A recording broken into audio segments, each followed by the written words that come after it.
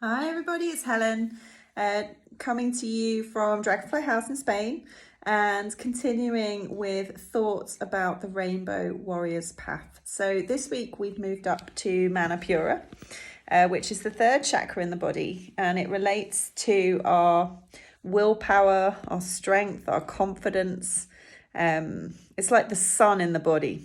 It's the generator of heat. It controls our digestion or our absorption. And it's actually located in our solar plexus, which is just below where our ribs meet. And this is one of those chakras which sort of has, I don't know, two sides to it, I suppose. It's where our ego lives as well. So, depending on what school of thought you come from, some people believe that our egos are to be abolished, and other people believe that our egos are to be loved. So, whichever school of thought you work on, this is absolutely where that ego lives. And the ego can manifest in lots of ways. And I think we're very used to seeing sort of perpetrator behavior, kind of anger, and those kind of attacking type behaviors as ego based, where maybe somebody's arrogant or rude. The other side of our ego, though, however, is victimhood and allowing that to happen to you and actually almost drawing it in by the way you think and poor me, why does this always happen to me? And once you realize that you're actually the creator of your reality and it's really the way you think that draws situations to you, you can begin to kind of remove those ego-based responses to life. And one of them that I think is particularly important is strength. I've been coming back to strength a lot. It's associated with Manipura. And I've been thinking about the strongest people that I know in my life, the people who've influenced me in that way. And it was really interesting because it wasn't really one person that springs to mind. So if you just do that and think about all the people that you believe are really strong in your life, people are strong for many, many different reasons. And that really struck me. There can be physical strengths, obviously, emotional strength, mental strength. Some of us do jobs that require that kind of emotional intelligence, whereby we hold emotions for other people. There's also that kind of mental strength. Underpinning all of those strengths, though, is a sense of being. And I don't know how to describe this other than, for example, the amazing powers that a mother will find when she's protecting her child don't come from her physical strength. They come from her combined underpinning strength, her belief and her love for her child.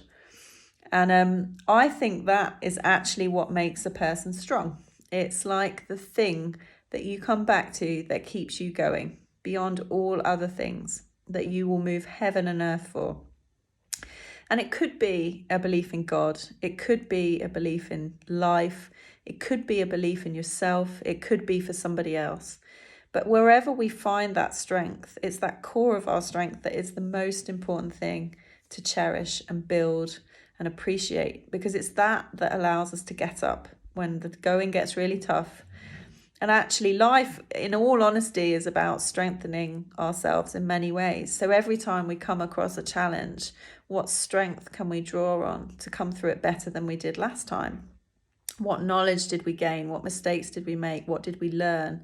So that actually this time we can face that challenge with renewed vigor, motivation, commitment, and also just contentment with approaching those challenges and understanding that every time we're challenged, it builds strength within us. And the other thing I wanted to mention was that all of us face challenges. All of us face moments of self-doubt. All of us face moments where we really don't think we are enough. And the beauty in sharing that and being vulnerable means that you can open up to find your own strength, but also be supported by others and also allow others to show their vulnerability. And then together we learn, which is even more powerful. So it's just to say that strength isn't necessarily finding it only on your own. Strength sometimes can be knowing when to ask for help or knowing when to phone a friend and just let that emotion out, because that's what needs to be done. And that is also strength. So I hope that's given a few thoughts for people. There's a lot about Manipura that we can share, but I hope that's given you some thoughts and some insights. And I'm sure I'll talk to you more later in the week a little bit more. All right, sending everybody lots of love.